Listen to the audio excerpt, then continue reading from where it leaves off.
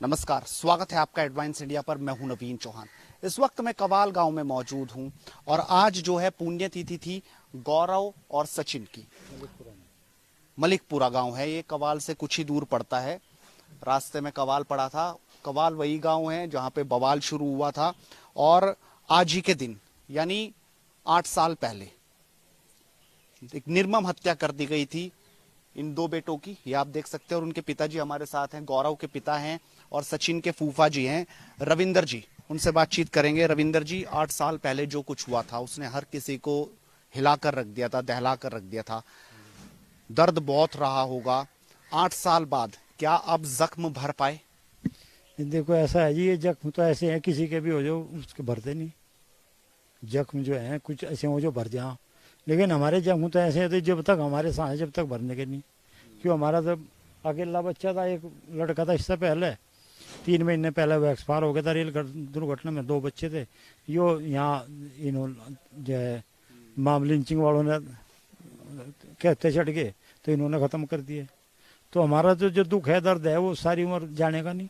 ये है, जीना पड़े ये संसार में, मेरा तो जाता नहीं। ये है जी। अब बहुत भाईचारे की बात हो रही है 8 साल बाद।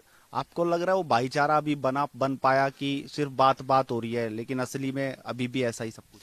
देखिए, बात ऐसी है, जो लोग भाईचारा बना रहे हैं भाई, उनका तो कुछ भी करने का नहीं। किसी की सरकार आ जाओ, कोई आ जाओ, कोई उग्रवादी आ जाओ, चाहे तालिबान आ जाओ, उनका तो कुछ भी करने का नहीं। उनके लिए तो है भाईचारा, और हम बन जाएंगे और के लिए चारा है जो आम जनता है मर मारी है। ना तो कोई उनकी लमटी को छेड़े, ना उनके कोई बबू को छेड़े। ठीक, कोई आ जाओ, चाहे तालिबानी आ जाइयो, चाहे अखिलेश की सरकार आ जाइयो, चाहे अजम खां आ जाइयो, जो जनता है गरीब भाई, मुसीबत इसकी है, इसका है मरना। इसकी गैल हो सारे काम, इन नेताओं की गैल नहीं होते काम। उन्हें तो ना पहले परेशानी हुई ना ही बोलने की। हाँ, तो ये भाईचारा है उन्हीं का है, बाकी सब चारा बन जाएंगे। आपको लगता है कि अगर उस वक्त कोई मजबूत सरकार होती तो शायद ऐसा ना होता? हाँ, शायद ना होता, मजबूत सरकार होती। क्यों, सरकार तो जो है केवल एक ही पक्ष को लेकर चल रही थी उस समय भी। मतलब सब कुछ होता रहा, वो देखते रहे।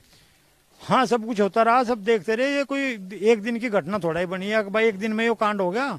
इससे पहले सोरम में हुआ, जिस परिवार पर पकड़ी गई उसे सरकार ने छुटवा दिया। प्रधान था वहाँ का पूर्व, वहाँ भी झगड़ा हुआ था, वहाँ यहाँ के नेता सब जाकर उसमें फैसला कर लिया था। अमीर आलम जोन सा आज सिर पर बैठा, भाईचारे वालों के उन्होंने सिर पर बैठा लिया। और उस समय वो सर्वे था यहाँ जिले में। अमीर आलम का लड़का नवाज पुराने तो विधायक था, तो उस समय वो था। उसने भी जो थाने में जो जिन पर अवैध हथियार पकड़े गए थे भी छुटवा दिए, जो वहाँ का पूर्व प्रधान था। सोरम में पहले तो चिंगारी बहुत दूर से चल रही थी, कोई ये तो सिर पड़ी की मारे यहाँ। लेकिन जो असली गुनहगार थे वो अभी उन्हें सजा मिल पाई कि नहीं, या अभी सिर्फ इंतजार है? देखिए, जो लोग हमारे जानकारी में दायरे में आए थे उन लोगों को तो सजा मिल गई। जो कुछ लोग हैं तो आप जानो छुटी जहाँ, जो साजिश करता रहे, जो साजिश करता है वे छुट गए। तो हमें भी ऐसी उम्मीद नहीं थी कि आगे ऐसा काम होगा, इतना दंगा होगा। हमने भी वही लोग लिए जिनसे हमारा झगड़ा था। कुछ लोग थे जो साजिश करते थे, वे छुट गए। हाँ, मतलब कहाँ से शुरू हुआ था कि आपको लगता है अगर मतलब इस तरीके से एक ना होता तो शायद सब कुछ ठीक रहता है, या बहुत दिन से चलता आ रहा था जानबूझ? देखिए, ये जब अखिलेश सरकार आई, आजम खान मंत्री बने, मैं तो अपने यहाँ का माहौल बता सकता हूँ। किसी से आप पूछ लो, जो बस में लड़कियां जहाँ थी, 4 लड़के आगे खड़े हो गए, 4 पीछे खड़े हो गए, लड़की बीच में ले ली। अगर उनकी गैल उनका भाई भी है, उसके कॉलर पकड़ के डब कर दिया। और उनके साथ रोज आना का काम था, यो छेड़खानी का। बस ये है कि हमारे FIR में छेड़खानी की रिपोर्ट दर्ज नहीं है, वहाँ झगड़े की है। अन्य हकीकत कहानी ये है। उसका जो उग्र रूप चलता चलता उन्होंने वो रूप हमारे पर ले लिया। हमारे भी बच्चे जहाँ थे परिवार के, वो उन्होंने हमारे बच्चों पर सहन नहीं हुई, क्यों, हमारे खून में वह बात है नहीं।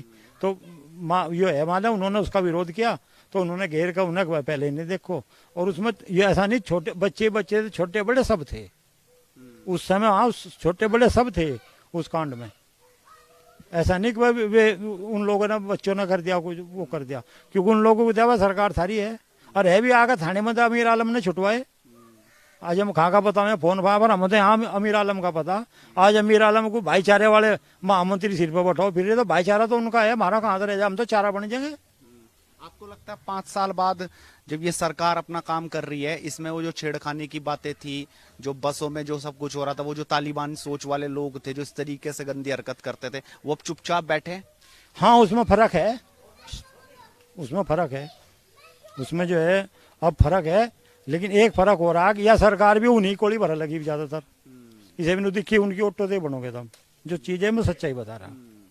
ठीक, ये है, उसमें फर्क है। छेड़खानी घटनाएं कम है। जो गलत है उसको तगड़ी सजा देनी चाहिए, किसी की कोड़ी भरने से काम नहीं। ना ना, तगड़ी सजा देनी चाहिए।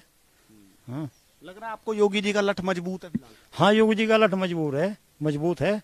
लेकिन कुछ नेता से हैं जो जो है चफेरे को चुग रहे, मोदी योगी जी के कुछ नेता हैं जो चफेरे को चुग रहे। हाँ, तो ये रविंदर जी ने अपनी बात बताई, जो गौरव के पिताजी हैं, सचिन के फूफा जी। उन्होंने बताया आखिरकार किस तरीके से थे और क्या जो माहौल की बात लगातार हो रही है, जो भाईचारे की बात हो रही है, उसमें कितनी तब्दीलियां आई, उन्होंने अपनी राय रखी। आप भी बोलिए, इस वीडियो को शेयर कीजिए और लगातार जुड़ रही है हेडलाइंस इंडिया के साथ। अपने सहयोगी अंकित के साथ नवीन चौहान, हेडलाइंस इंडिया।